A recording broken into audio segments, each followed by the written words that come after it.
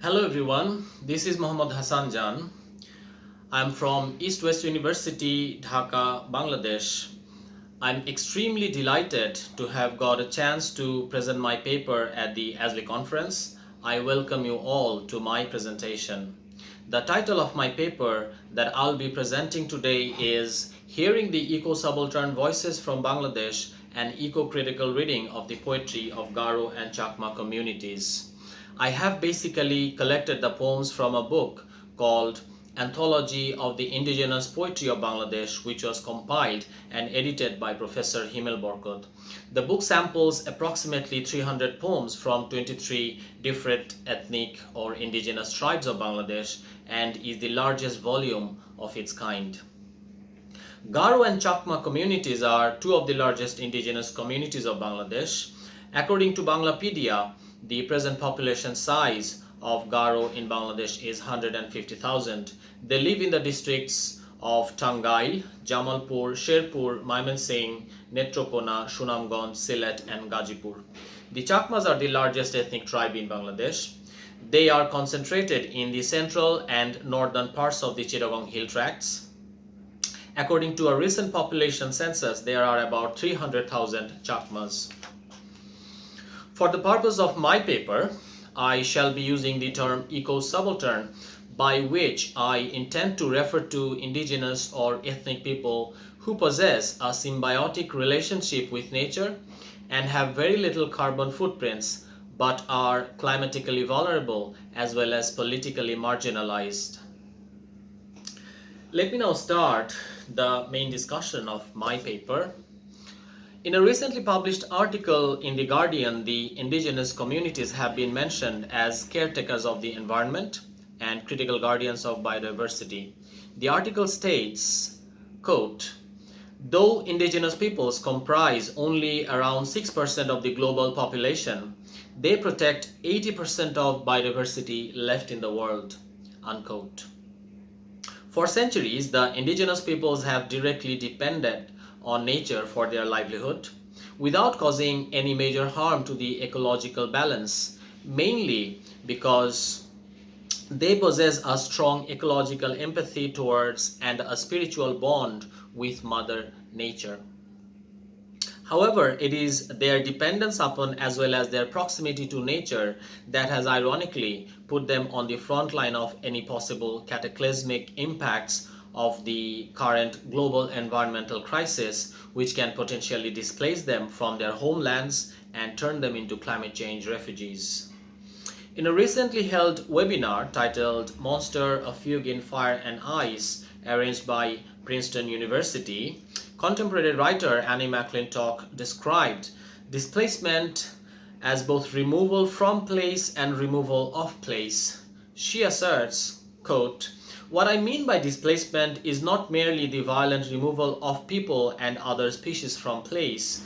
I also mean displacement as quite literally the removal of place. Based on McClintock's observation, it could be suggested that displacement of the indigenous people and damage of landscapes are simultaneous and are quite inextricably linked with each other. However, in an age when the Earth has entered the Anthropocene and human-induced climate change and concomitant environmental disasters are threatening the very existence of humans and other species on Earth, we still continue to think about the ongoing ecological disasters as natural or inevitable, which shows our indifference and lack of empathy that result from our hubristic attitude and anthropocentric worldview. Eco-critics and nature writers lambast this mindset. In his groundbreaking book, The Wealth of Nature, Environmental History and the Ecological Imagination, Donald Worster contends, quote, we are facing a global crisis today not because of how ecosystems function, but rather because of how our ethical systems function. Getting through the crisis requires understanding our impact on nature as precisely as possible, but even more, it requires understanding those ethical systems and using that understanding to reform them, unquote. Amidst this crisis, when we needed some guiding principles and environmental philosophy, Deep ecology and ecosophy movements were born. According to Fritjof Capra, deep ecology recognizes the intrinsic values of all living beings and does not separate humans from the natural environment. Felix Guattari describes ecosophy as a complex ethico-political articulation between the three ecological registers: the environment, social relations, and human subjectivity. However, the question that still probably remains is, to what extent has deep ecology or ecosophy been able to surpass the contours of the academic and the intellectual world and be widely accepted and collectively practiced by people?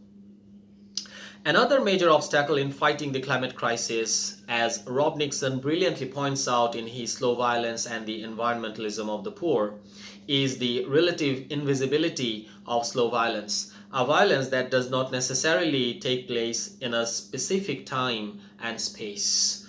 One of the most pertinent questions that Rob Nixon asks is, quote, how can we convert into image and narrative the disasters that are slow moving and long in the making, disasters that are anonymous and that star nobody, unquote.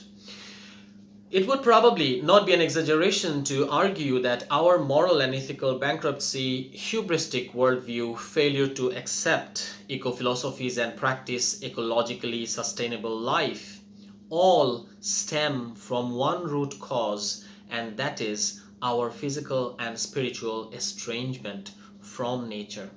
On top of that, we have the challenge of finding fitting images and stories to properly portray the dreadfulness of slow violence. My paper contends that all of these aforementioned concerns and challenges could be significantly addressed through our reading of Ecosubaltern literatures, which could not only teach us how to transform our anthropocentric worldview, but also help us find images to make slow violence more visible and perceivable. In the next section of my paper, I'll be delving deep into the world of the Garo and Chakma people through analyzing their poetry. For my paper, I have chosen 3 poems by Garo and Chakma poets, all of whom express their lamentation about a lost time when nature used to be in a more pristine and serene condition that unfortunately got disrupted by the intrusion of both international and national powers. Through the analysis of these poems, I would like to firstly talk about the eco-philosophy of the Garo and Chakma people, and secondly, mention varied forms of slow violence and ecological exploitations. The first poem I would like to talk about is called The Earth and the Indigenous People, written by a Garo poet named Sonjib Drong. I'm going to read out some lines from the poem, and here it goes. Life in the mountains, this forest beside the waterfall and the river is no longer what it used to be in the past. The peace and harmony from our old golden era have been lost forever. We are the people who inhabited this land. We lived a life of collective consciousness. In our mother tongue, there is no synonym for words like exploitation, rape, or even robbery. We believe that the earth does not belong to us, rather, we belong to the earth. When cyclones and tsunamis hit us, they say they have not been able to conquer nature yet. They say humans are helpless in front of nature. What a strange and absurd thought! Nature is not meant to be conquered or defeated. Humans and nature are enmeshed in each other. Humans are connected with rivers, trees, flowers, birds, and everything else. Any claim about human supremacy is utterly wrong. The souls of our dead ancestors are suffering. Today's world, reduced into a saleable commodity, is unknown to them. We consider this earth as our mother. How can people sell their own mother? If the voices of the indigenous people are muted, where will you find thoughts and wisdom like this? Who will tell you stories about harmony between humans and nature? So we can see that the poem sends a powerful message against human supremacist ideas. It strongly criticizes our anthropocentric worldview, tries to dismantle it, and promote the idea of ecological equity and equilibrium.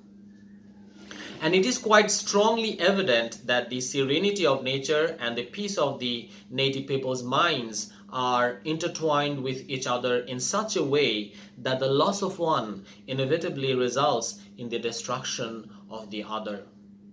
Any act of slow violence done to nature is going to make the eco-subaltern suffer both physically and spiritually.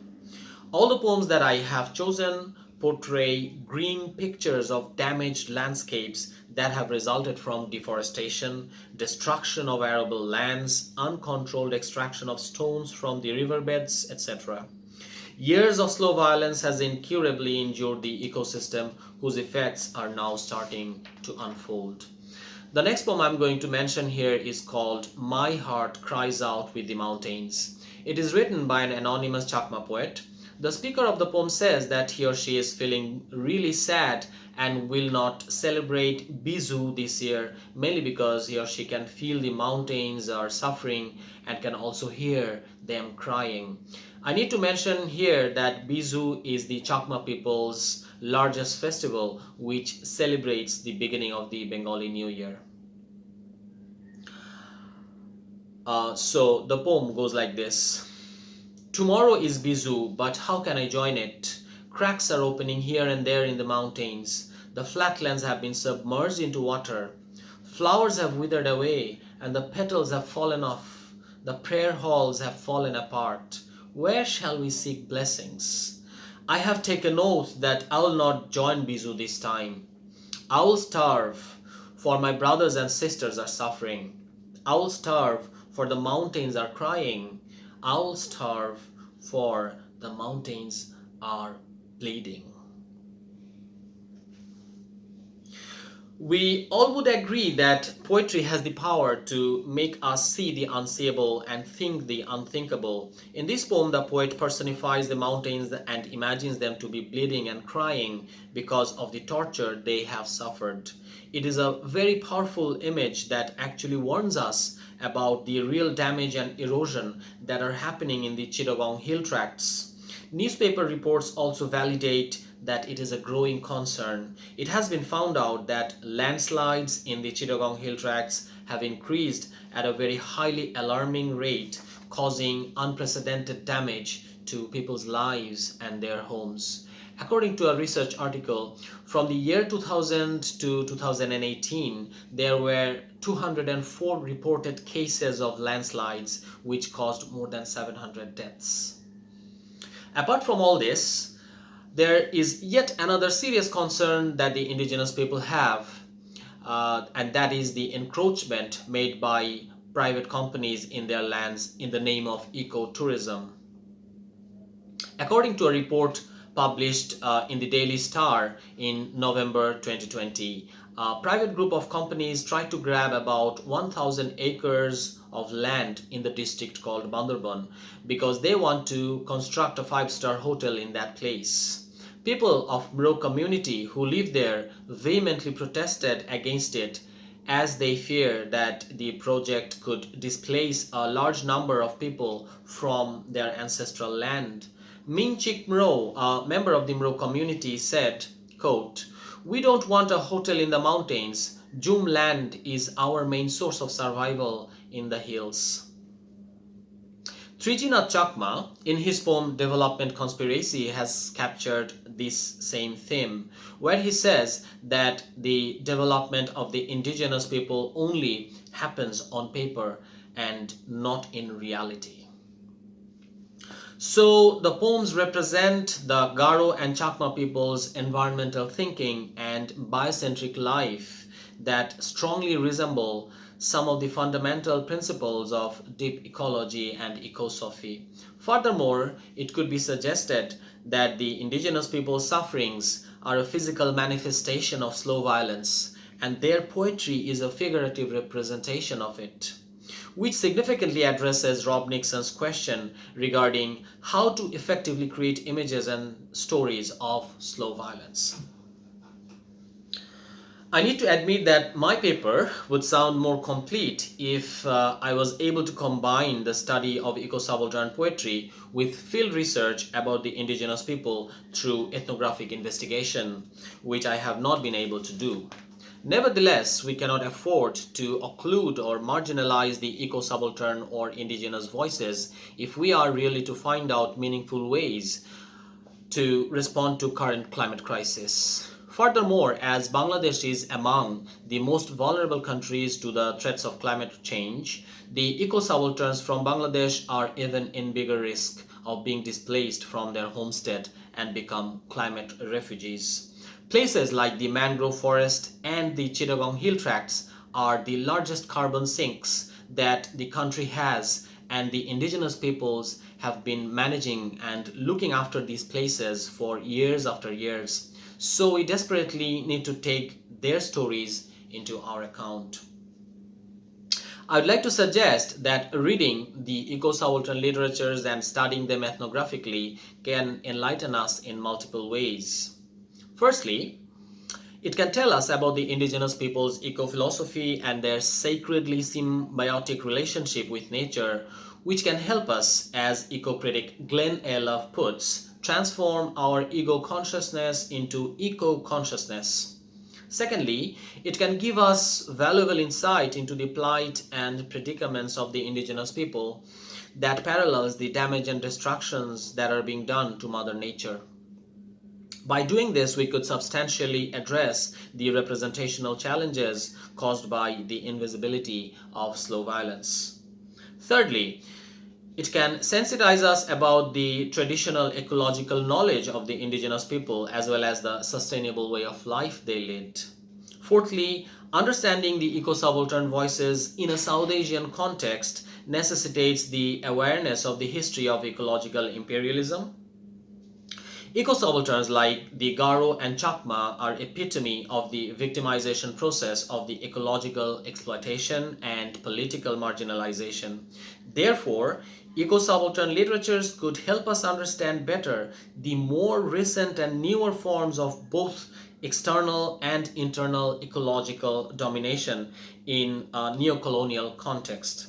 Finally, the eco-subaltern aesthetics could decentralize modern environmental thinking that is often believed to have originated in the West, and thus it can significantly contribute to emerging fields like post-colonial eco-criticism and indigenous eco-criticism. Before I conclude, I would like to refer to Joni Adamson and Salma Monani, who in their introduction to eco-criticism and indigenous studies quite pragmatically said that the indigenous aesthetics should not be considered as the ultimate solution for ecological concerns. My suggestion is that the eco-critics and environmental writers need to have more meaningful conversations with the eco-subalterns or the indigenous people. If by doing this we learn from each other, then we could hope for developing powerful and contrapuntal narratives that will profoundly guide all of us in the years to come. Thank you very much for listening to me. This is Hassan once again. I would be really looking forward to your valuable questions, comments, and feedback. It was really a big pleasure. Thank you very much once again.